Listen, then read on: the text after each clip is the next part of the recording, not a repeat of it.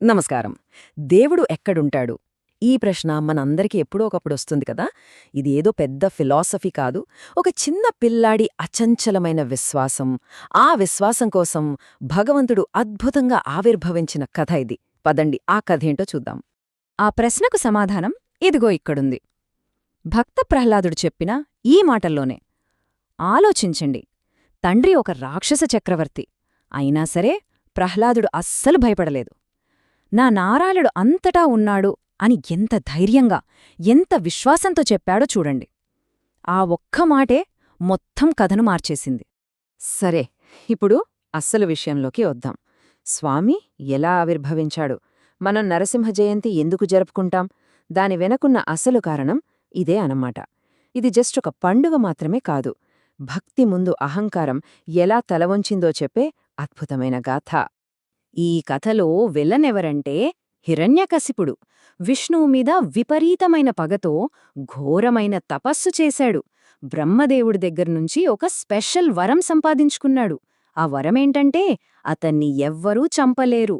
ఇంట్లో కాదు, బయట కాదు, పగలు కాదు, రాత్రి కాదు, మనిషి చంపకూడదు, జంతువు చంపకూడదు, భూమిమీద కాదు, ఆకాశంలో కాదు. చూశారా? అస్సలు చావేలేదనమాట. ఇలాంటి పవర్ దొరికాక వచ్చే అహంకారంతో తనే దేవుణ్ణని ప్రకటించుకున్నాడు. కాని ఇక్కడే అసలైన ట్విస్ట్. హిరణ్యకశిపుడికి పుట్టిన కొడుకే ప్రహ్లాదుడు. తండ్రి ఎంత విష్ణుద్వేషో కొడుకు అంత విష్ణుభక్తుడు. తండ్రేమో నేనే దేవుణ్ణి అంటాడు, కొడుకేమో శ్రీహరే సర్వస్వం అంటాడు. తండ్రి అహంకారానికి, కొడుకు స్వచ్ఛమైన భక్తికి మధ్య జరిగిన ఈ పోరాటమే మన కథకు ఆయువుపట్టు. కొడుకు భక్తిని హిరణ్యకశిపుడు అస్సలు తట్టుకోలేకపోయాడు. కోపంతో రగిలిపోయి సభలోని ఒక పిల్లర్ను చూపిస్తూ వెటకారంగా అడిగాడు, ఏరా, నీ విష్ణువు అంతటా ఉంటాడన్నావు కదా, మరి ఈ స్తంభంలో ఉన్నాడా అని అంటూ తన గద తీసుకుని బలంగా ఒక్క దెబ్బ వేశాడు.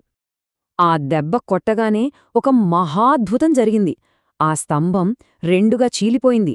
దాన్లోంచి సగం మనిషి, సగం సింహం రూపంలో నరసింహస్వామి ప్రత్యక్షమయ్యాడు. హిరణ్యకశిపుడి వరాన్ని ఒక్కో పాయింట్ని తెలివిగా ఛేదించాడు. చూడండి, అది పగలూ కాదు, రాత్రీ కాదు, సంధ్యాసమయం. ఇంట్లో కాదు, బయట కాదు, సరిగ్గా గడపమీద. భూమిమీద కాదు, ఆకాశంలోనూ కాదు, తన తొడలమీద పడుకోబెట్టుకుని. మనిషీ కాదు, జంతువు కాదు, నరసింహరూపం. ఇక ఆయుధమేదీ వాడకుండా తన పదునైన గోళ్లతో ఆ రాక్షసుడిని సంహరించి ధర్మాన్ని నిలబెట్టాడు. స్వామివారి ఈ అద్భుతమైన లీలను గుర్తుచేసుకోవడమే నరసింహ జయంతి. మరి రాబోయే 2026లో ఈ పండుగను మనం ఎలా జరుపుకోవాలి? దానికి సంబంధించిన తేదీలు, మంచి ముహూర్తాలు ఏంటో ఇప్పుడు చూసేద్దాం. ఓకే, 2026 సంవత్సరానికి డేట్ నోట్ చేసుకోండి. ఏప్రిల్ 30, గురువారం. స్వామి ఆవిర్భవించింది సాయంత్రం వేళ, అంటే సంధ్యాసమయంలో కదా. అందుకే సాయంకాల పూజ చాలా ప్రత్యేకం. హైదరాబాద్ టైమింగ్స్ ప్రకారం సాయంత్రం 4:03 నుంచి 6:36 మధ్య పూజ చేసుకోవడానికి చాలా మంచి సమయం.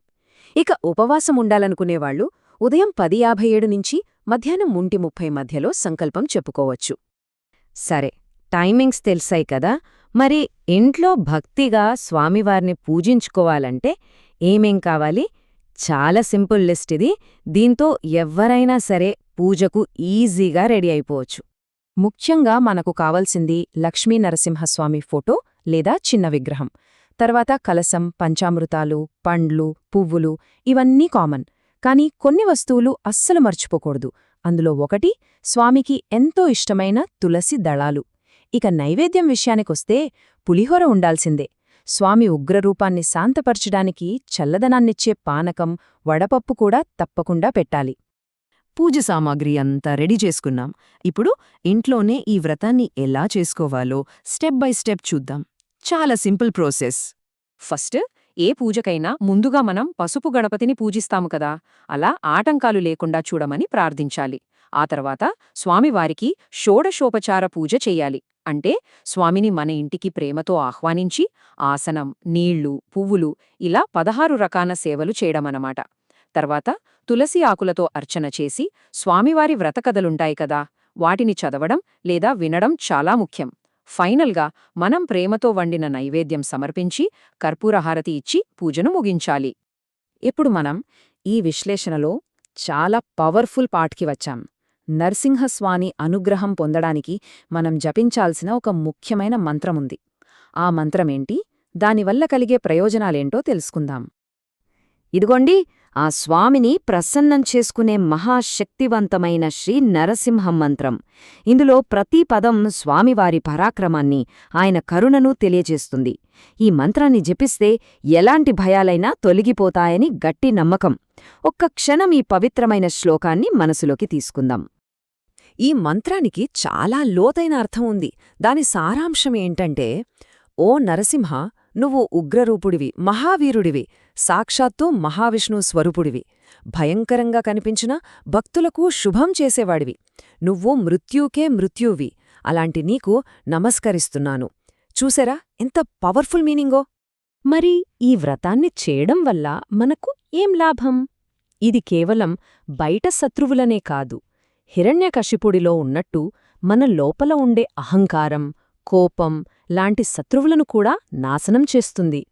ప్రహ్లాదుడికి ఉన్నంత స్వచ్ఛమైన భక్తి మనలో పెరిగేలా చేస్తుంది. జీవితంలో ఎలాంటి భయాలు, అడ్డంకులున్నా వాటిని తొలగించి మనకు ధైర్యాన్ని, విజయాన్ని ఇస్తుంది. చివరిగా ఈ కథ మొత్తం మన ముందు ఒక పెద్ద ప్రశ్నను ఉంచుతుంది. ఒకవైపు హిరణ్యకశిపుడి అపారమైన శక్తి, వరాలు, మరోవైపు ప్రహ్లాదుడు అనే ఒక చిన్న పిల్లాడే స్వచ్ఛమైన భక్తి. చివరికి గెలిచిందేది భక్తే కదా? మరి అలాంటప్పుడు ఆ భక్తిలో ఉన్న అసలైన శక్తి ఏంటి? ఈ ప్రశ్నతో ఈ రోజుకు ముగిద్దాం.